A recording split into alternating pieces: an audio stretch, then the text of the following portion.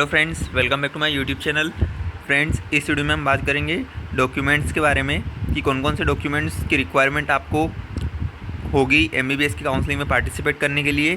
साथ ही इस वीडियो में हम बात करेंगे कि कितने मेडिकल कॉलेज इस बार एमपी में ओपन हुए हैं, प्राइवेट और गवर्नमेंट, कितनी नंबर ऑफ़ सीट्स इंक्रीज़ हुई है एमपी में, और कैसे हम जो रजिस्ट्रेशन करते हैं काउंसलिंग के लिए उसको कैसे बिल्कुल सही तरीके से करें जिससे कि आपको काउंसलिंग में जाके कोई दिक्कत ना आए। तो इन टॉपिक्स पर हम इस वीडियो में बात करेंगे। सबसे पहले हम देखते हैं डॉक्यूमेंट्स की कौन कौन से डॉक्यूमेंट्स की रिक्वायरमेंट होती है।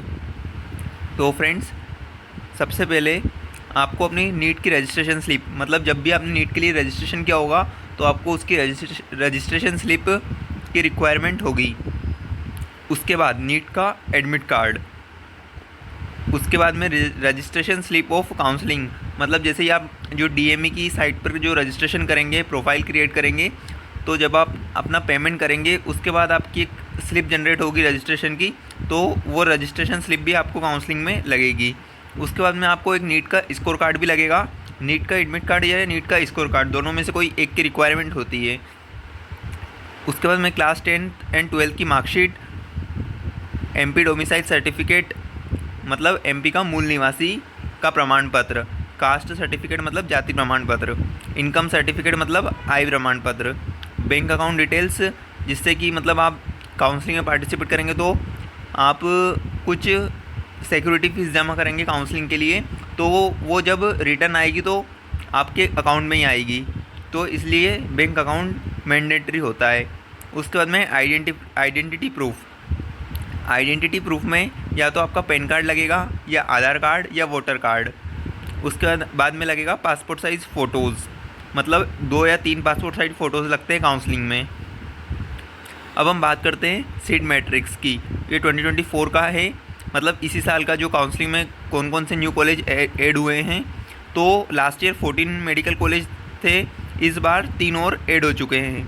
अब 3 कॉलेज कहाँ ऐड हुए हैं, मंदसौर में, सियोनी और नीमच, तीनों में 50-50 सीट से, तो कुल मिला के एमपी में 150 सीट्स इंक्रीज़ हुई है।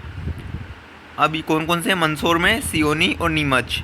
अब इसमें भी तीनों कॉलेज में 7 सीट ऑल इंडिया को चली गई है, तो बची कितनी है, 43 तीनों कॉलेज में। अब इन 43 को भी कैटेगरी वाइज डिवाइड कर दिया जाता है। तो हम देखते हैं कि किस कैटेगरी को कितनी सीट दी गई है। तो ये रिजर्वेशन है कि कौन, मतलब कितनी सीट्स किस वाली कैटेगरी को दी गई है।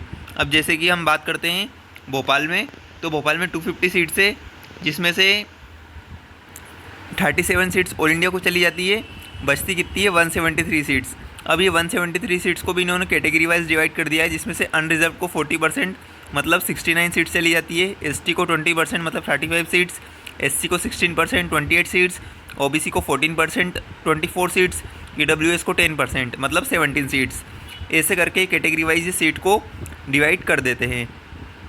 तो आप जिस भी कॉलेज की सीट्स देखना चाहते हैं आप बिल्कुल देख लीजिए। अब हम बात करते हैं प्राइवेट मेडिकल कॉलेज के बारे में। तो इस साल केवल एक प्राइवेट मेडिकल कॉलेज इंक्रीज़ हुआ है, उसमें 50 सीट्स है, जो कि है school of medical science, Shri Satya Sai university of technology and medical science Sehore. उसमें 50 सीट्स है, जिसमें से एनआरआई सीट्स 8 है और जो बाकी रिमेनिंग सीट्स है 42। एनआरआई मतलब होता है जो फॉरेन से जो एमबीबीएस करने आते हैं ना, उन्हें बोलते हैं एनआरआई सीट्स, मतलब उनको एनआरआई सीट्स दी जाती है। अब फ्रेंड्स, आप जिस भी मेडिकल कॉलेज की सीट्स देखना चाहते हैं देख लीजिए। जैसे कि हम बात करते हैं People's College of Medical College की भोपाल, इसमें 250 सीट्स है, जिसमें से 15% सीट एनआरआई को चली जाती है, मतलब 38 सीट्स। रिमेनिंग सीट्स 212 रहती है, ये कैटेगरी वाइज डिवाइड हो जाती है, जैसे कि हमने गवर्नमेंट कॉलेज के लिए पिछली स्लाइड में देखा था। अब हम बात करते हैं एमजीएम मेडिकल कॉलेज इंदौर के कट ऑफ की।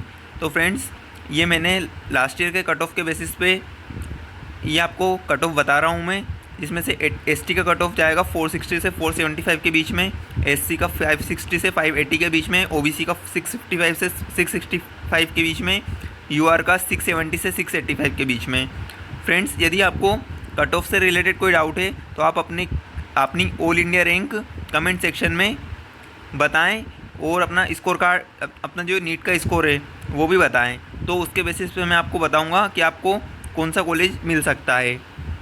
अब हम बात करते हैं जीएमसी भोपाल की, जिसमें एसटी का कट ऑफ रहने वाला है 420 से 435 के बीच में, एससी का 550 से 575 के बीच में, ओबीसी का 635 से 650, यूआर का 655 से 670। फ्रेंड्स, यदि आपको और कोई डाउट है तो आप कमेंट सेक्शन में पूछ लें, और प्लीज़ दोस्तों वीडियो को लाइक करें और चैनल को सब्सक्राइब करें। Thank you.